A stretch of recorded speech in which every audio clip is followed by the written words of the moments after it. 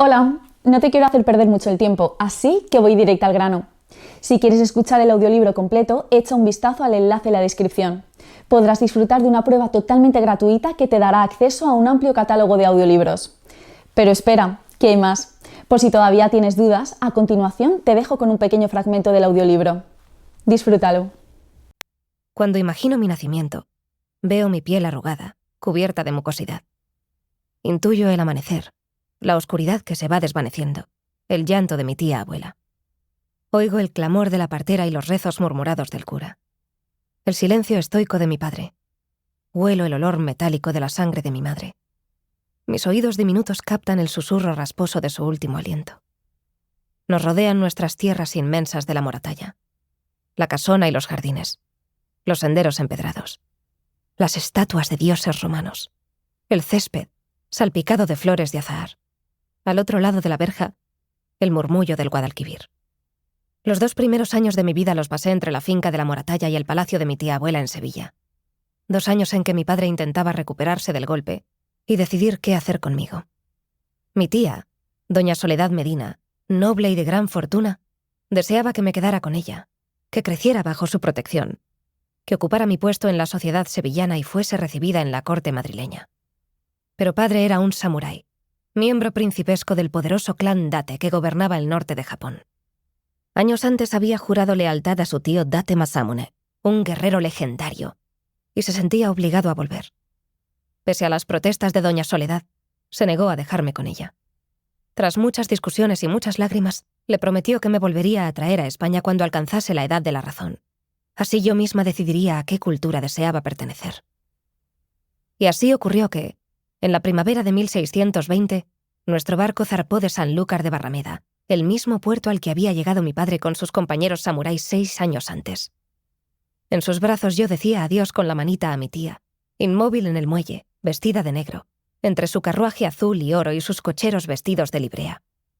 Padre lucía su mejor túnica de samurái. Las empuñaduras rígidas de sus espadas, la larga y la corta, se me clavaban en las piernas. Iba envuelta en una de las tocas de mi madre. Sobre nuestras cabezas se mecían las gaviotas. Todo lo bañaba la luz vespertina andaluza. Las velas se hincharon y el barco se adentró en las corrientes del estuario. A bordo viajaban muchos pasajeros. Algunos iban a África, pero la mayoría se dirigía a las colonias españolas del Nuevo Mundo. El viaje se desarrollaba sin contratiempos hasta que aparecieron los piratas. Su capitán era un inglés afincado en Venecia. Él y su tripulación trabajaban para un sultán que gobernaba Argelia. Abordaron el barco como bestias famélicas. Padre blandía la espada, protegiéndome, hasta que lo reprimieron violentamente y lo ataron. El capitán obligó a Caitriona, otra pasajera, exquisita y con 15 años recién cumplidos, a contemplar cómo su padre irlandés era atravesado por un chafarote inglés.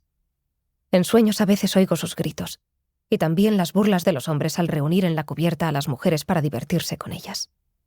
Todas, entre ellas la madre de Caitriona, fueron amarradas para luego ser vendidas como esclavas. Me han contado que Caitriona fue enviada al camarote del capitán, conmigo en brazos. Él bajó detrás de nosotras, borracho y sucio. Intentó forzarla, pero fue incapaz. Lívido de frustración, empezó a abofetearla. Amenazó con matarla. Caitriona juró por el cielo que jamás diría nada de su impotencia y le suplicó que le permitiera cuidar de mí, a sus órdenes. El pirata se distrajo entonces por la llegada de otro barco. Subió a bordo un representante del sultán, pagó por las mujeres y compró también a mi padre, para usarlo de gladiador en Argelia. Mientras lo empujaban al otro barco, mi padre miró al capitán pirata y juró venganza. El capitán rió con ganas. «Si vives, que no vivirás. En Venecia nos vemos las caras». A Caitriona y a mí nos dejaron tranquilas durante el resto del viaje. Llegamos a Venecia unos días después. Conservo algunos recuerdos, retazos apenas del año que pasamos allí. La amante estéril del capitán, María Elena, en su triste palacio. Me abrazaba contra su pecho, dispuesta a perdonar los muchos vicios del capitán por el enorme regalo que le había traído. Del canal subía un olor agrio por la Giudecca, y se oían las campanas de la Chiesa del Santísimo Redentore. Recuerdo vagamente los baños con Caitriona, rodeadas de doncellas parlanchinas, la comida y los colchones de plumas.